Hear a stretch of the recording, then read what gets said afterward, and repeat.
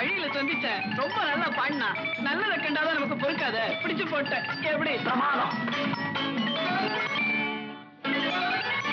அந்த இருட்டுக்கும் பார்க்கின்ற விழி இருக்கும், எந்த சுவருக்கும் கேட்கின்ற காது இருக்கும். அந்த இருட்டுக்கும் பார்க்கின்ற விழி இருக்கும், எந்த சுவருக்கும் கேட்கின்ற காது இருக்கும்.